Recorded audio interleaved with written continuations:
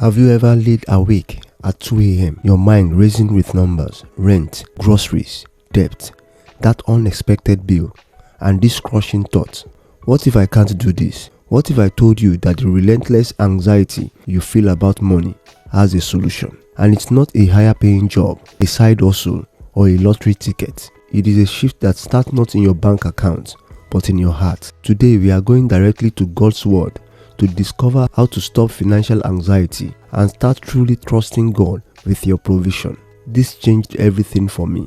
If you are worried about money, you are not failing at faith. You are human. We live in a world that screams more is never enough, but God whispers a different truth. I am enough. The battle for our financial peace isn't just fought on a budget spreadsheet, it is fought in our minds. So let's tackle this together, not with shame, but with hope and practical truth. We are breaking this down into 3 life-changing principles from scripture.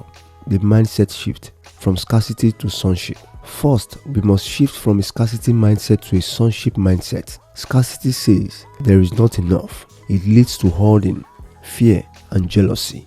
But Romans chapter 8 verse 15 to 17 tells us we are not slaves to fear. We are children of God, and good Father provides for his children. Look at Matthew chapter 6 from verse 25 to 34. Jesus doesn't just say, don't worry. He gives a reason. Look at the birds. Look at the flowers. Your heavenly Father feeds and clothes them. How much more valuable are you? Your primary identity is not broke, in debt, or struggling. Your identity is beloved child of the God who owns everything. Start your day by declaring that. Write it down. I am a child of the King. My Father knows my needs. This truth is the foundation everything else is built on. The book of Luke chapter 15, which tells us about the story of the prodigal son. In verse 17, it says, and when he came to himself. This is a mindset shift. After separating from his father, thinking he can make it by himself. When famine came, he lost everything, and in his suffering, he came to the realization that he needed to go back to his father. He had a mindset shift, and this is what is required for many of us who are going through one financial anxiety or financial stress. We need to go back. We need that mindset shift from scarcity to sonship. Also in 2 Kings chapter 4 verse 1 to 7, the widow of one of the sons of the prophet realized that she needed to reshape her mindset, and when she did, she unlocked the power of heavenly resources and recovered from her debt. The practical posture, faithful stewardship. Trust without action is just a wish. God calls us to be faithful stewards.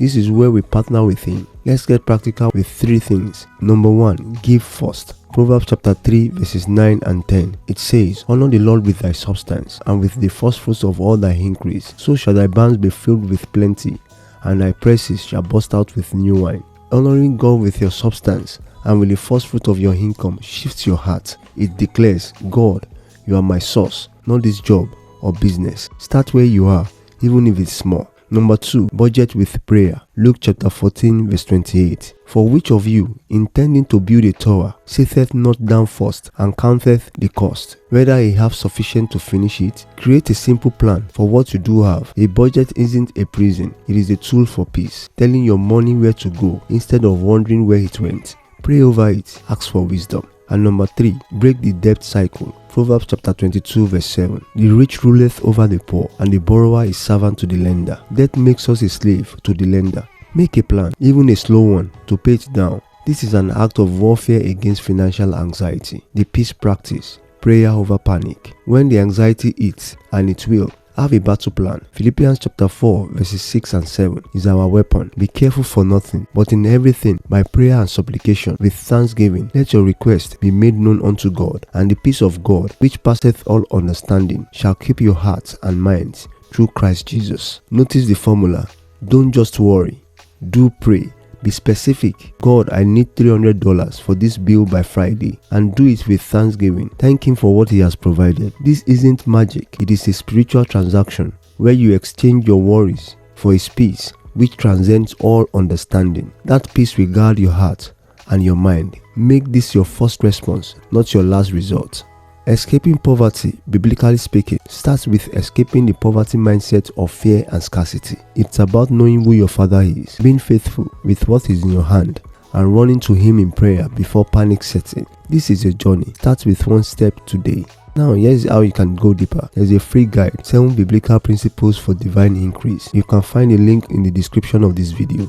Comment below with the word peace if you are choosing to trust God with your finances today. Let's support each other. Also, what's one financial worry I can pray for you about this week? If this video brought you hope, please like it. It tells YouTube this message matters and helps others find it. Subscribe and hit the notification bell. We are building a community here that focuses on God's truth for everyday life, and I don't want you to miss the next video. Share this with a friend who is carrying the heavy weight of financial stress. Send them a text right now saying, "This video helped me. Thought you might need it too." Remember, your bank account doesn't define your worth or your future. You are held by the one who defines provision. Walk in that peace today. I will see you in the comments. God bless you.